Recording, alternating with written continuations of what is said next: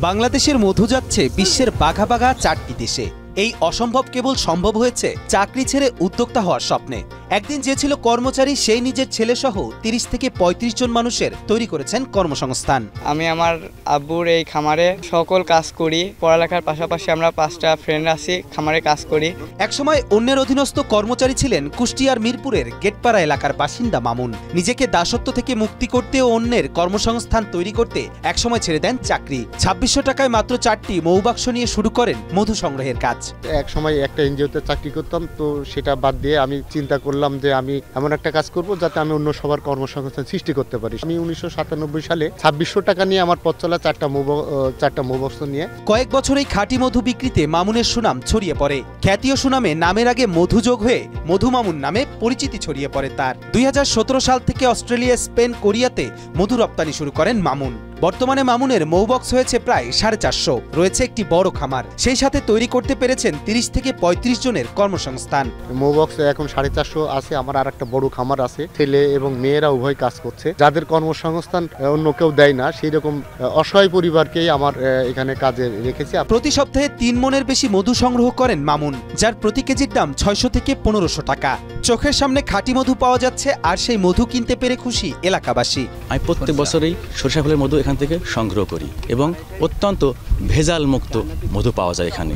বাজারে হলো ভেজাল মধু, আর এখানে আমরা দেখে শুনে মধুগুলো নিয়ে যাচ্ছি। আমি বাজার থেকে মধু কিনে খেয়েছি, ওই মধুটা গুণগত মান তেমন মনে হয় না আমার কাছে। কৃষকদের মতে মৌচাক বসানোয় উপকার পেয়েছেন তারা। সরিষার ক্ষেতের পাশে মধু সংগ্রহের কারণে পরাগায়নের ফলে সরিষার ফলন ভালো হয়, কৃষকরাও লাভবান হচ্ছেন।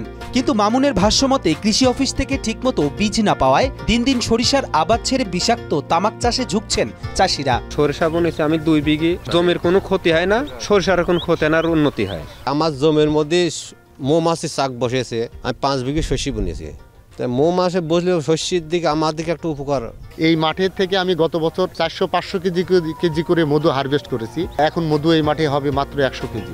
সরকারি সহযোগিতা পেলে বাংলাদেশের এই মধু শুধু 4টি দেশে নয়, রপ্তানি করা যাবে আরো বহু দেশে বলে জানান মামুন। সেই সাথে একটি রিফাইন মেশিন পেলে তৈরি করা যাবে কর্মসংস্থান। কৃষি কর্মকর্তাদের এ বিষয়ে সহযোগিতার আহ্বান জানান মামুন। বিগত 2 বছর আমি কৃষি অফিস থেকে কোনো সাহায্য সহযোগিতা পাইনি। এই জন্য আমি কৃষি অফিসকে উদ্যোক্তা আহ্বান করব যে আপনারা সঠিক জায়গায় এসে বীজ দিন এবং সেই কৃষকদের পাশে থেকে তামাকটাকে বর্জন করে আবার সরিষাতে রূপান্তরিত করুন। আমাকে একটা রিফাইং মেশিন দেওয়ার কথা আমি বলেছিলাম, যে ভর্তুকির মাধ্যমেও যদি আমাকে দেয় তাহলে ওই রিফাইং মেশিনটা পাইলে অনেক বেকারের কর্মসংস্থান সৃষ্টি হবে। ভালো মধু পাবো, যে মধুটা আমার বাংলাদেশের গণ্ডি পেরিয়ে বিদেশে যাই, অস্ট্রেলিয়া, স্পেন, কোরিয়া, আমিও যাবো এবং বেকারদের কর্মসংস্থান সৃষ্টি করতে পারবো। ক্ষতিকারক তামাক চাষ বাদ দিয়ে খাদ্যদ্রব্য চাষের আহ্বান জানান কৃষি কর্মকর্তারা। সেই সাথে তাদের মাঠ পর্যায়ে পরামর্শ দেয়া অব্যাহত আছেও বলে জানান তিনি। আমরা যতটুকু উদ্বুদ্ধ করতে পারি যে আপনারা এই ক্ষতিকর পদার্থ এটা চাষ না করে খাদ্যদ্রব্য চাষ করেন। মাঠ পর্যায়ে যে তাদেরকে পরামর্শ দেওয়া, সেটা অব্যাহত আছে।